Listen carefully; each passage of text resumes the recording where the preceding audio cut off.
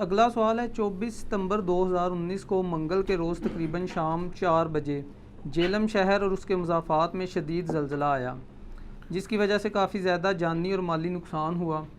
بعض علماء کرام کا موقف ہے کہ زلزلہ ہمارے گناہوں کی شامت ہے، جبکہ چند علماء ایسے بھی ہیں جو اس زلزلہ کی حقیقی وجہ انجینئر محمد علی مرزا کے فتنہ کو قرار دے رہے ہیں۔ اچھا جی ٹھیک ہے، اس حوالے سے آپ کا کیا موقف ہے؟ میں کیا موقف دوں جی؟ آپ کے بزرگ دین کے ساتھ جو کچھ کرتے رہے تو اس کا مطلب ہے پچھلے جتنے زلزلے ہیں آپ کے بزرگوں کی وجہ سے ہیں، تو ایک اگر میری وجہ سے آ گیا تو خیر ہے۔ تو میں اس کو پازیٹیو کہتا ہوں کہ اگر پھر یہ زلزلہ میری وجہ سے ہے تو یہ آپ کو جھنجھوڑنے کے لیے ہے کہ بھئی جہلم کی سرزمین میں سچائی کی آواز بلند ہوئی ہے اور آپ کو جھنجھوڑا گیا۔ ظاہر ہے تکلیف اللہ تعالیٰ اس لیے بھیجتا ہے کہ انسان اللہ کی طرف رجوع لائے۔ میں یہ جوک کے طور پہ میں ایک بات کر رہا ہوں، میرے ساتھ کیا لینا دینا، یہ اللہ کے فیصلے ہیں، کوئی کسی کے ساتھ لینا دینا نہیں ہے۔ اور جن بزرگوں کے بارے میں آپ کا گمان تھا کہ وہ بزرگ جو ہیں وہ زمین کی ڈیوٹی کے اوپر مامور ہیں، تو آپ ذرا کشمیر ایریا میں چلے جائیں، میرپور کے پاس ارد گرد جاتلاں اور یہ ادھر تو کئی مزار بھی ڈیمیج ہو گئے ہیں، تو وہ بزرگ جو ہیں وہ زمین کی حفاظت نہیں پھر کر پائے کیا؟ یہ اللہ کی طرف سے تکلیف آتی ہے۔ یہ توہم پرستی ہے کہ اس کو کسی انسان کے ساتھ جوڑ دیا جائے کہ جی انجینئر صاحب کے فتنے کی وجہ سے۔ یہ میں نے خود بھی پوسٹیں علماء کی پڑھی ہیں اور مجھے دکھ نہیں ہوا، مجھے حیرانگی ہوئی ہے کہ یار یہ لوگ مطلب بالکل عقل سے پیدل ہیں کہ اس لیول تک بھی کوئی اتر سکتا ہے اور ان چیزوں کو اس طریقے سے کرے۔ تو میں اس کا پھکی والا جواب دیتا ہوں کہ اللہ کے فضل سے جہلم میں ایک اینٹ بھی نہیں ٹوٹی۔ تو آپ دیکھ لیں، اگر میں کوئی بزرگی کلیم کروں تو لوگ کہیں گے جناب دیکھو زلزلہ جہلم ہی چاہے تو جہلم میں کوئی بھی نقصان نہیں ہوا، اور کھڑی شریف اور فلانا شریف جہاں سارے شریف بیٹھے ہوئے ہیں ادھر مکان گر گئے ہیں۔ لیکن میں اس طرح کی بات نہیں کروں گا، یہ تو توہم پرستی ہے، اس طرح کی بات کرنا یہ جہالت ہے۔ بخاری اور مسلم دونوں میں حدیث موجود ہے، اس طرح کی جہالتیں اگلے زمانوں میں بھی پایا جاتی تھی۔ صحیح بخاری اور مسلم دونوں میں حدیث ہے، نبی صلی اللہ علیہ وآلہ وسلم کے مبارک زمانے میں سورج گرہن لگ گیا، تو صحابہ کرام نے کہا کہ سورج گرہن اس لیے لگا ہے کہ نبی علیہ السلام کا بیٹا فوت ہو گیا، حضرت ابراہیم فوت ہوئے تھے، بائی چانس اسی دن جو ہے وہ سورج گرہن لگا۔ تو آپ علیہ السلام نے اسے کنڈیم کیا، آپ نے فرمایا کہ کسی بندے کی موت کی وجہ سے سورج گرہن نہیں لگتا، یہ اللہ کی نشانیوں میں سے نشانی ہے، جب ایسی نشانی ظاہر ہو تم اللہ کے ذکر میں نماز میں مشغول ہو جاؤ، اور آپ نے سورج گرہن کے دوران پوری نماز پڑھائی۔ تو ان چیزوں کو اللہ کی نشانی کے طور پہ دیکھنا چاہیے۔ البتہ اس حوالے سے آج کل ایک سوشل میڈیا پہ بڑی حدیث چل رہی ہے، جامعہ ترمذی کی حدیث ہے کہ جب یہ گناہ ہونے شروع ہو جائیں، اس میں بھی ٹاپ آف دا لسٹ بدکاری عام ہو جائے تو میری امت پہ زلزلے آئیں گے۔ بدکاری تو شروع سے ہی چل رہی ہے میرے بھائی، یہ یعنی ہر زمانے میں بڑے عروج کے اوپر رہی ہے، جنہوں نے نہیں کرنی انہوں نے آج بھی نہیں کرنی۔ تو یہ روایت اصول محدثین کے اوپر ضعیف ہے، جامعہ ترمذی کی، شیخ البانی بھی اسے ضعیف کہتے ہیں، شیخ زبیر علی زئی صاحب بھی ضعیف کہتے ہیں۔ البتہ ایک حدیث ہے جو بخاری اور مسلم دونوں میں ہے کہ نبی صلی اللہ علیہ وآلہ وسلم نے فرمایا قرب قیامت میں زلزلے کثرت سے آئیں گے، اور وہ اس لیے نہیں کہ لوگوں کے گناہوں کی وجہ سے، اس لیے کہ یہ اللہ تعالیٰ جھنجھوڑ رہا ہوگا لوگوں کو اللہ کی طرف مائل کرنے کے لیے، اور یہ اللہ تعالیٰ کی قدرت کی نشانیاں ہیں، جس طرح کے باقی نشانیاں ہیں۔ کون کون سی نشانیاں ہیں؟ سیلاب کا آنا، ٹورنیڈوز کا چلنا، سمندری طوفانوں کا آنا، یہ سب اللہ کی نشانیاں ہیں، انہی نشانیوں میں سے ایک نشانی یہ بھی ہے۔ اس میں کون سا ایسا مسئلہ ہے؟ البتہ یہ بات یاد رکھیے گا کہ دنیا میں جتنی آزمائشیں آتی ہیں نا، یہ اللہ نے آزمائشیں خود بلٹ ان رکھی ہوئی ہیں۔ سورۃ البقرہ کی آیت نمبر 155 بڑی مشہور ہے، ہمارے بچے کو آتی ہے، اعوذ باللہ من الشیطان الرجیم، وَلَنَبْلُوَنَّكُمْ بِشَيْءٍ مِّنَ الْخَوْفِ وَالْجُوعِ وَنَقْصٍ مِّنَ الْأَمْوَالِ وَالْأَنفُسِ وَالثَّمَرَاتِ وَبَشِّرِ الصَّابِرِينَ۔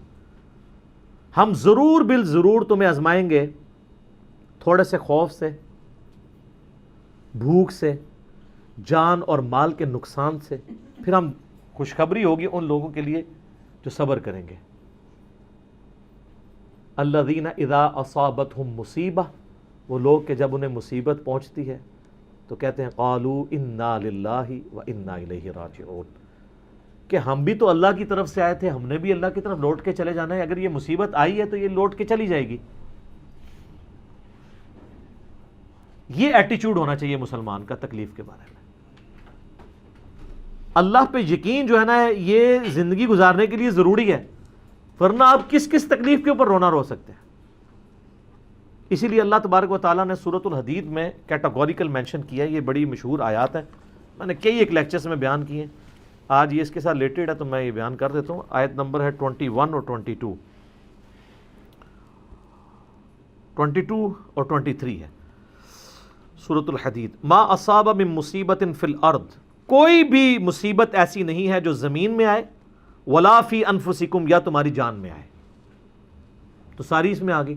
زمین میں جتنی مصیبتیں آتی ہیں، ٹورنیڈوز، سیلاب، زلزلے، وبائی امراض، اور ہماری جان میں جتنی بیماریاں ہیں، چاہے کینسر ہو، چاہے ٹی بی ہو، ہیپاٹائٹس ہو، اللہ تعالیٰ فرماتا ہے جتنی بھی بیماریاں ہیں، چاہے کمیونٹی پہ آئیں، ہیومن کمیونٹی پہ یا کسی انڈیویجول پہ، الا فی کتاب من قبل ان نبرأہا، وہ پہلے ہی میں نے لوح محفوظ میں لکھی ہیں، اس سے پہلے کہ میں انہیں تم پہ بھیجوں۔ تو جب لکھی ہوئی ہیں پھر تو آنی ہے، آزمائش تو آنی ہے اللہ کی طرف سے، اور اللہ نے اس کی وجہ بتائی ہے، ان ذالک علی اللہ یسیر، بے شک یہ اللہ پہ بڑی آسان ہے۔ تم یہ سوچ نہیں سکتے کہ اللہ نے پہلے ہی کیسے اس کو ڈیفائن کر دیا، کیسے ہی پہلے پتہ ہے اللہ کو۔ یہ کس لیے ہوا؟ لِکَیْ لَا تَأْسَوْا عَلَىٰ مَا فَاتَکُمْ، یہ ہم نے اس لیے لوح محفوظ میں لکھی ہے تاکہ تم سے کوئی چیز جاتی رہے تو تم اس پہ کف افسوس نہ ملو، ہائے یہ کیا ہو گیا میرے ساتھ، بلکہ وہ جو اللہ کی مرضی۔ وَلَا تَفْرَحُوا بِمَا آتَاكُمْ، اور نہ اس پہ شیخی بگاڑو جو اللہ تمہیں دے۔ وَاللَّهُ لَا يُحِبُّ كُلَّ مُخْتَالٍ فَخُورٍ، اللہ تعالیٰ شیخی خوروں کو پسند نہیں کرتا۔ تو اللہ تعالیٰ فرما دیا یہ تکلیفیں کیوں آتی ہیں؟ ہم نے تقدیر میں لکھی ہیں کیونکہ اس کے ذریعے آزمانا ہے، اور بعض اوقات پھر انسان اللہ کی طرف رجوع بھی لاتا ہے۔ وہ سورہ السجدہ ہے نا، پارہ نمبر 21 میں، اس میں ایک آیت ہے بڑی زبردست، وہ اسی کانٹیکسٹ میں ہے کہ اللہ یہ تکلیفیں کیوں بھیجتا ہے، تاکہ انسان اللہ کی طرف رجوع لائے۔ ہاں جی، یہ آگی سورہ السجدہ، سورہ السجدہ کے اندر 21 نمبر آیت، وَلَنُذِيقَنَّهُم مِّنَ الْعَذَابِ الْأَدْنَىٰ دُونَ الْعَذَابِ الْأَكْبَرِ، ہم ضرور چکھائیں گے تمہیں دنیا کی زندگی میں تکلیف کا مزہ، عذاب عربی میں تکلیف کو، اس بڑے عذاب قیامت کے دن کے عذاب سے پہلے، لعلہم یرجعون، تاکہ تم ہماری طرف لوٹ آؤ۔ دنیا میں تکلیف آنے کی وجہ کیا ہے؟ آپ دیکھ لیں کتنے لوگ ہیں جو دین کے راستے پہ اسی وقت آئے ہیں۔ یہ سعید انور آپ کے سامنے پریکٹیکل مثال ہے، ان کی 8 سال کی بیٹی فوت ہوئی تھی، وہ تو فوت ہو گئی، وہ تکلیف آگے چلی گئی، لیکن سعید انور کی آخرت بنا کے چلی گئی، وہ اللہ کے راستے پہ آ گیا۔ تو یہ سورہ السجدہ کی آیت نمبر 21 میں ہے کہ ہم یہ تکلیفیں اس لیے بھیجتے ہیں تاکہ تم اللہ کی طرف رجوع لاؤ۔ اور یہ ہوتا ہے کہ انسان جب بالکل ہر چیز صحیح چل رہی ہو نا تو بندے کا دماغ بھی پھر ٹیشی ہوتے ہوتا ہے، جب کوئی رکاوٹ آئے نا پھر پتہ لگتا ہے نہیں یہ نظام کوئی اور چلا رہا ہے، اس کی طرف رجوع لانا ہے۔ اور یہ جو پبلک میں مشہور ہے نا جی، اللہ کی طرف سے جو تکلیفیں آتی ہیں نا، تو کئی لوگ مجھے بھی سوال کر رہے ہوتے ہیں یہ کیسے پتہ چلے گا کہ یہ آزمائش ہے یہ عذاب ہے؟ بھائی نبی علیہ السلام کے دنیا سے جانے کے بعد جس پہ جو بھی تکلیف آ رہی ہے نا وہ اسے عذاب نہیں آزمائش ہی کہے گا، کیونکہ وحی کے ذریعے ہی بتایا جا سکتا تھا، عذاب تو نہیں آپ کسی کو کہہ سکتے، ورنہ تو آپ کے دشمن پہ جو مصیبت آ رہی ہے ایک فرقے والا کہے گا یہ عذاب آیا ہے، دوسرا کہے گا آزمائش ہے، دوسرا کہے گا آپ پہ جو آیا ہے وہ عذاب ہے، ہم پہ آزمائش آئی ہوئی ہے۔ اس طرح تو نہیں کوئی ڈیفائن۔ اور پھر مولا علی کی طرف بھی منسوب کیا ہوا ہے کہ مولا علی نے فرمایا کہ علیہ السلام ورضی اللہ تعالیٰ عنہ کہ جس تکلیف میں تم اللہ کی طرف رجوع لاؤ وہ آزمائش ہے، اور جس تکلیف میں تم اللہ سے دور ہو جاؤ وہ عذاب ہے۔ یہ ہمیں ان کی طرف جھوٹا قول منسوب کیا ہوا ہے۔ اور میرے بھائی یہاں تو بڑے بڑے فراڈیے قسم کے لوگوں پہ جب تکلیفیں آتی ہیں نا وہ بھی تسبیح اٹھا کے مسجد کی طرف چل پڑتے ہیں، جن پہ واقعی لگتا ہے کہ عذاب ہی آیا ہوا ہے۔ لوگ ہر معاملے میں جن کا تھوڑا سا بھی ریلیجن کا، ہندو جو ہیں وہ اپنے گردواروں میں جانا شروع کر دیتے ہیں، مندروں میں جانا شروع کر دیتے ہیں، کرسچنز جو ہیں وہ اپنے گرجوں میں جانا شروع کر دیتے ہیں۔ یہ تو ہوتا ہی ہے کہ اللہ کی طرف رجوع لاتا ہے، اور اللہ نے قرآن میں سورہ سجدہ کی آیت نمبر 21 میں مقصد بھی یہ بتایا کہ تم اللہ کی طرف رجوع لاؤ، اسی لیے آتا ہے۔ لہٰذا کسی کے لیے ڈیفائن نہ کیا کریں کہ اس پہ عذاب آ گیا ہے، اس پہ آزمائش آ گئی ہے، ہر ایک پہ آپ آزمائش ہی کریں۔ اور اللہ تعالیٰ نے سورہ شورا کے اندر ایک بڑی زبردست آیت نازل فرمائی ہے، سورہ الشورى آیت نمبر 30. وما اصابکم من مصیبت فبما کسبت ایدیکم، تمہیں جو بھی تکلیف آتی ہے وہ تمہارے اپنے کرتوتوں کی وجہ سے. ویعفو عن کثیر، اور اکثر تو ہم معافی کر دیتے ہیں. یہ ویسے اسپیسیفکلی جب وقت کا پیغمبر دعوت دے رہا ہوتا ہے اس وقت کافروں پہ آزمائشیں آتی ہیں تاکہ لوگ پیغمبر کی طرف متوجہ ہوں. یہ مکی صورت ہے، یہ اس کانٹیکسٹ میں بات ہو رہی ہے. یہ نہیں کہ جتنی بھی اب تکلیفیں آ رہی ہیں وہ اسی لیے یعنی آ رہی ہیں کہ ان کے اپنے ہاتھوں کی کمائی ہے، ورنہ اس کائنات میں سب سے بڑی تکلیف اگر کسی پہ آئی ہے تو سیدنا حسین ابن علی پہ آئی ہے رضی اللہ عنہما وعلیہم السلام. محرم کا مہینہ ہے، انہیں یاد کرنے کا مہینہ ہے. آج 29 محرم 1441 ہجری ہے. تو سر ان پہ تو آخری درجے کی آزمائش آئی ہے. تو یہ اگر آپ اس کا ترجمہ لیں کہ جو کوئی بھی تکلیف پہنچتی ہے تمہارے اپنے ہاتھوں کی کمائی ہے، انبیاء پہ بھی تکلیفیں آئی ہیں. یہ اسپیسیفکلی کافروں کو کہا جا رہا ہے کہ جو تم پہ چھوٹے چھوٹے عذاب نبی کی موجودگی میں آتے تھے نا، وہ سورہ دخان میں بھی آتا ہے، کئی ایک عذاب آئے ہیں مکے کے اوپر قحط آئے ہیں، پھر حضور سے آ کے کہتے تھے دعا کرواؤ. صحیح بخاری میں موجود ہے، عبداللہ ابن عباس کہتے ہیں پھر نبی علیہ السلام دعا کرتے تھے، قحط ٹل جاتا تھا، جب ٹلتا تھا پھر کفر کرنا شروع کر دیتے تھے. جس طرح کہ موسیٰ علیہ السلام کے زمانے میں فرعونیوں کے اوپر 9 عذاب آئے تھے، مینڈکوں کا عذاب، خون کا، ٹھیک ہے جی، کھٹملوں کا، وہ کتنے عذاب سورہ اعراف میں گنوائے گئے ہیں. ہر دفعہ آتا تھا کہتا ہے موسیٰ اس دفعہ سفارش کر دے، وہ ٹلتا تھا پھر وہی کام شروع کر دیتے تھے. تو پیغمبر کی موجودگی میں جو اس طرح کی تکلیفیں آتی ہیں نا، وہ ہاتھوں کے کرتوت ہوتے ہیں کہ وہ جو پیغمبروں میں ایمان نہیں لا رہے اس کی سزا اللہ تعالیٰ ان کو دے رہا ہوتا ہے. بعد میں آپ کسی کے بارے میں اس طرح کی ڈیفینیشن نہ کیا کریں، اس میں نقصان ہوتا ہے اور پھر لوگ بڑی طرح طرح کی باتیں کرنا شروع کر دیتے ہیں. باقی ان ساری چیزوں کی سائنٹیفک ریزنز بھی ہوتی ہیں، اس کو بھی ذرا ذہن میں رکھیے گا. ٹیکٹونک پلیٹس زمین کے نیچے ہیں جن کے اوپر آپ سمجھ لیں کہ اوپر کی لیئرز تیر رہی ہیں، اور وہ جب پلیٹس ایک دوسرے کے ساتھ ٹکراتی ہیں مسلسل، ظاہر ہے آپ کو پتہ ہے زمین میں ہر سیکنڈ میں 2 زلزلے آ رہے ہیں لیکن ان کا ایمپلیٹیوڈ کم ہوتا ہے. یہ اللہ نے اس کو بچھونا بنایا ہوا ہے. وہ جو قرآن میں ہے نا بچھونا بنایا، اس سے مراد یہ نہیں کہ فلیٹ بنایا، مراد یہ اسے رہنے کے قابل بنایا، ورنہ تو مشکل ہو جائے. تو اس کو سٹیبل اللہ تعالیٰ نے کیا ہوا ہے، زمین کو بچھونا بنا دیا. وہ ٹیکٹونک پلیٹس جب ڈسٹرب ہوتی ہیں ارتعاش پیدا ہوتا ہے. جس طرح یہ جہلم سے آلموسٹ 12 کلومیٹر دور ایک فالٹ لائن ہے، اور سر یہ فالٹ میرے کھاتے میں ڈال رہے ہیں کہ انجینئر صاحب سے زلزلہ آیا ہے، یہ 70 سال پرانی فالٹ لائن ہے، میرے ابا جی کی پیدائش سے بھی پہلے یہ فالٹ لائن ہے. اب مجھے نہیں سمجھ آتی ان کو کس نے مشورہ دیا تھا یہاں منگلا ڈیم بنائیں فالٹ لائن کے اوپر. بڑا ڈینجرس کام ہے، فالٹ لائنز کے اوپر کون ڈیم بناتا ہے؟ پتہ نہیں اس وقت کیا مجبوری تھی کہ ادھر ہی بنانا تھا. تو یہ فالٹ لائن تو میرے والد صاحب کی بھی پیدائش سے پہلے کی موجود ہے، یہ زلزلہ میری وجہ سے نہیں آیا، ٹھیک ہے. تو وہ خام خواہ میرے ساتھ اس کو ریلیٹ کر رہے ہیں. باقی اگر میرے ساتھ ریلیٹ کریں گے تو میں کہوں گا جہلم میں تو الحمدللہ بچت ہوئی ہے. باقی یہ ہے کہ ارد گرد کافی نقصان ہوا ہے. میرپور کے اندر آلموسٹ 500 سے زیادہ گھر گرے ہیں اور 100 کے قریب تقریباً اموات ہوئی ہیں اور کافی لوگ زخمی ہوئے ہیں. ابھی بھی کئی علاقے ہیں، ہمیں تو وہاں سے لوگ رابطہ بھی کرتے ہیں، انہوں نے باقاعدہ کہا ہے کہ ہمارے لیے دعا کروائیں. ہم دعا کرتے ہیں اللہ تعالیٰ ان کے لیے آسانی والا معاملہ فرمائے. وہاں پہ ان پہ مشکل وقت ہے کہ ایک ایسی جگہ ہے جہاں پہ امداد بھی نہیں پہنچ پا رہی، کیونکہ صرف ہیلی کاپٹرز کے ذریعے جانا ہوتا ہے، تو وہ ظاہر ہے ایک لمیٹڈ امداد ہی جا سکتی ہے. سڑکوں کا معاملہ جو ہے وہ ٹوٹا ہوا ہے. ابھی یہ جاتلاں والی روڈ آرمی نے محنت کر کے کچھ تھوڑی سی بحال کی ہے، لیکن ابھی بھی پورے طریقے سے راشن ان لوگوں تک نہیں پہنچ رہا. اور آپ دیکھ رہے ہیں میڈیا کے لوگ وہ چیزیں ہائی لائٹ کر رہے ہیں. تو یہ ٹیکٹونک پلیٹس کی ڈسٹربنس کی وجہ سے ہوتا ہے. تو یہ ہر ایک چیز کی سائنٹیفک ریزن ضرور ہوتی ہے، لیکن میں آپ کو ایک چیز ایجوکیٹ کر دوں. میرا ایک یوٹیوب پہ ویڈیو بھی ہے، اسلام ورسز ماڈرن سائنس. اس میں نے یہ بات بتائی تھی کہ یہ تقابل نہیں ہے.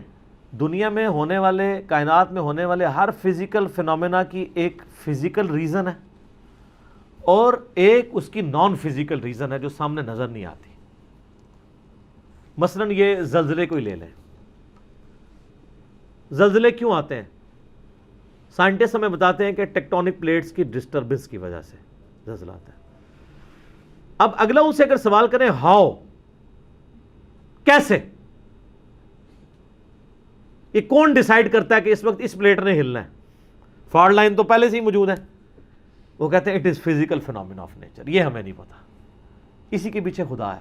God is the only explanation of all the physical phenomena in this universe. کائنات میں ہونے والے ہر واقعے کے پیچھے گاڈ ہے. یہ فزیکل فینومینا جو بڑے لیول کا آتا ہے, اس کو ڈیسائیڈ گاڈ کرتا ہے کہ کون سا وقت یہ والا معاملہ ہوگا. تو وہ ریزن اپنی جگہ موجود ہے, فزیکل ریزن جو بھی ہو, لیکن اس کو ڈیسائیڈ کون کرتا ہے کہ کس وقت پہ ہونا ہے, کس تاریخ کو, کتنے منٹ کتنے سیکنڈ پہ ہونا ہے.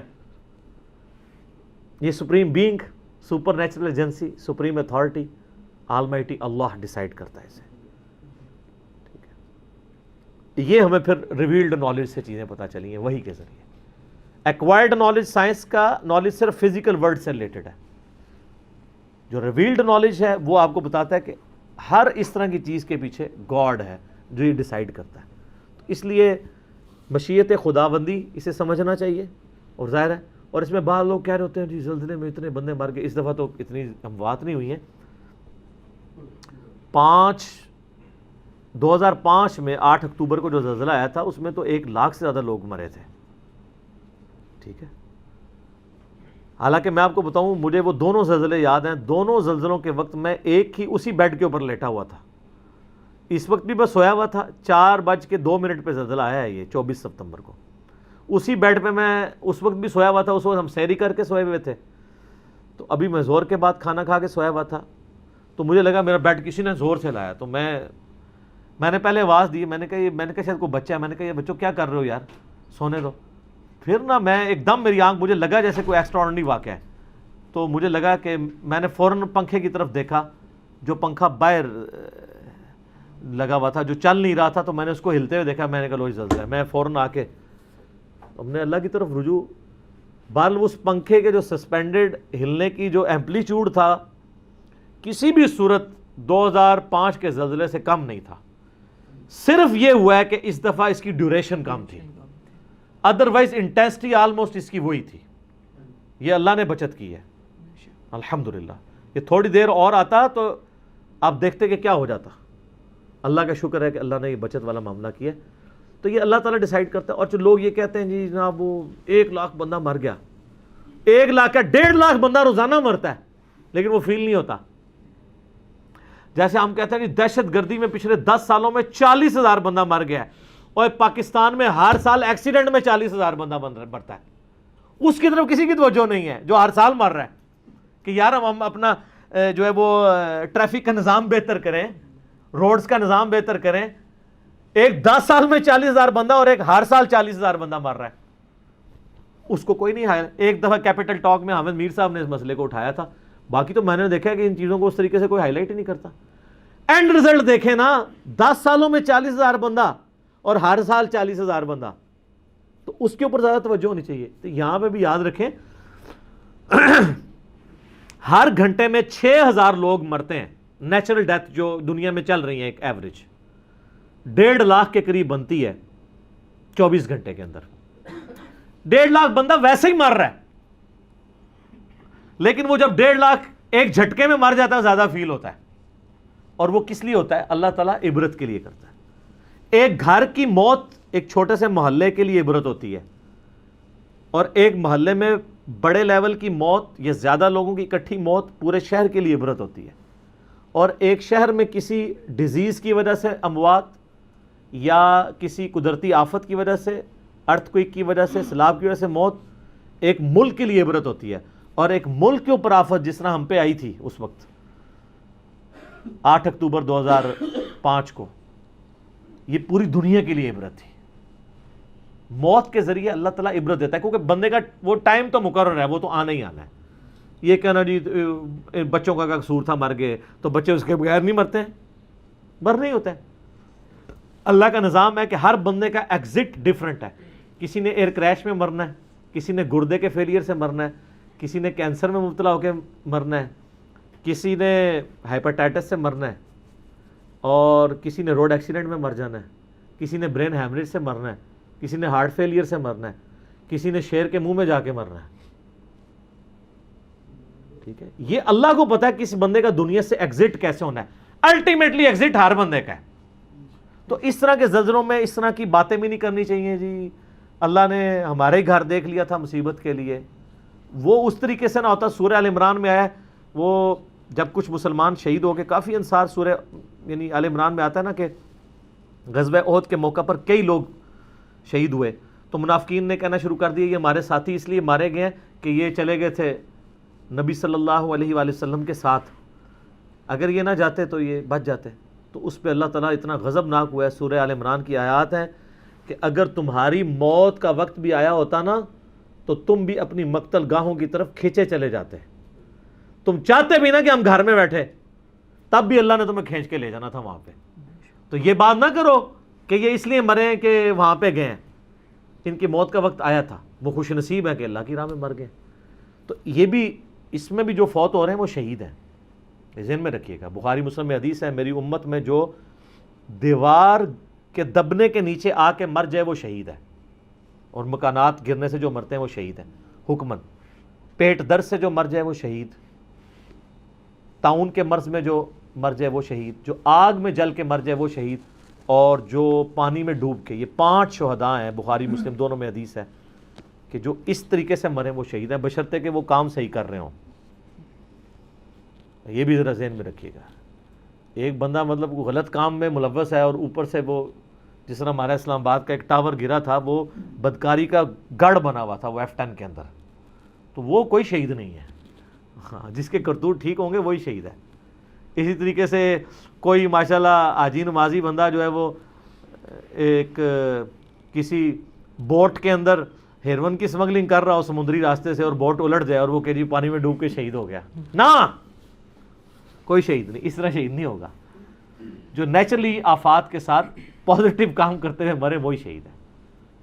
ٹھیک ہوگا جی، ہم دعا کرتے ہیں اللہ تعالیٰ جو فوت ہو گئے ان کی مغفرت فرمائے، جو لوگ زندہ ہیں ان کی مشکلات کو آسان فرمائے، اور ہماری پاکستان میں، پوری دنیا میں جو فالٹ لائنز ہیں ان پہ اللہ تعالیٰ جو ہے وہ نظر کرم فرماتے ہوئے کامی نقصان فرمائے۔ ظاہر ہے اس کے کنٹرول میں، وہ جب چاہے کنٹرول، آپ دیکھ لیں کئی پرانے گھر ہیں وہ نہیں گرتے ہیں، اور بڑے بڑے نئے گھر، ادھر کئی بڑے بڑے ریسٹورنٹ بھی گر گئے ہیں، ٹھیک ہے، بڑے بڑے لوگوں کے غرور بھی ٹوٹ جاتے ہیں، اور کتنے امیر لوگ آ کے سڑکوں پہ بیٹھ جاتے ہیں۔ اچھا، ہم لوگ بھی ٹی وی پہ دیکھ کے تو چسکے لے رہے ہوتے ہیں، اس وقت فوراً اپنے آپ کو بھی رکھنا چاہیے۔ آپ ذرا امیجن کریں، ایک بندے نے پوری زندگی پیسے جوڑ کے جو مکان بنایا ہے، اور اس کا مکان ایک لمحے میں گر جائے تو وہ تو بالکل زیرو پہ آ گیا نا۔ پلاٹ کو اس نے چاٹنا، اس کو تو ملبہ اٹھانے کے لیے کتنا پیسہ چاہیے، دوبارہ کہاں سے وہ کنسٹرکٹ کرے گا، کتنا مشکل وقت ہے۔ تو حکومت کا بھی کام ہے کہ ایسے لوگوں کی یعنی مدد کرے، یہ گورنمنٹ کی ویلفیئر اسٹیٹ کی ذمہ داری ہے کہ وہ یہ کرے، اور اس میں جو یعنی جو لوگ مرے ہیں ان کی کمپنسیشن بھی کرنا گورنمنٹ کا کام ہے، کرنی چاہیے۔ اور آندہ کے لیے گورنمنٹ کا یہ بھی کام ہے کہ ارتھ کوئک پروف جو مکانات ہیں ان کی طرف ذرا توجہ دی جائے۔ ہمارے لوگ بھی جہاں دل اٹھایا تو وہ نہ زمین چیک کرواتے ہیں اور مکان بنانا شروع کر دیتے ہیں، یہ بھی نہیں ہونا چاہیے، ٹھیک ہے۔ اللہ تعالیٰ نے انسان کو عقل دی ہے، اس عقل کو، اس ایکوائرڈ نالج کو یوز کرنا چاہیے۔ جیسے انسان نے یوز کیا ہے تو معاملات کو ایڈریس کرنا شروع کر دیا۔ یہ عقل بھی ہے، جو تدبیر بھی جو ہے یہ بھی تقدیر سے ہے۔ تو اللہ تعالیٰ نے یہ تدبیر جو سکھائی ہے وہ اسی لیے سکھائی ہے نا۔ میدان جنگ میں نبی صلی اللہ علیہ وسلم بھی تو زرہ پہن کے جایا کرتے تھے، حالانکہ موت کا وقت تو مقرر ہے، لیکن آپ نے احتیاط اپنی جگہ تو کرنی ہے۔ یہ تقدیر کا حصہ ہے کہ آپ زرہ پہن کے جائیں گے تو آپ کو تلوار نہیں لگے گی، اور جب آپ خود ہی گئے ہیں بغیر زرہ کے تو آپ خود تقدیر کو دعوت دے رہے ہیں۔ جو میں اکثر کہتا ہوں کہ آپ دعائیں پڑھیں تو آپ سانپ کے ڈسے سے تو محفوظ ہو جائیں گے، لیکن آپ اگر دعا پڑھ کے سانپ کے منہ میں ہاتھ دے دیں تو آپ تقدیر اپنے اوپر غالب کروا رہے ہیں، پھر وہ ناگہانی آفت نہیں ہوگی، وہ سانپ آپ کو ڈس لے گا۔ ٹھیک ہوگا، صحیح ہوگا۔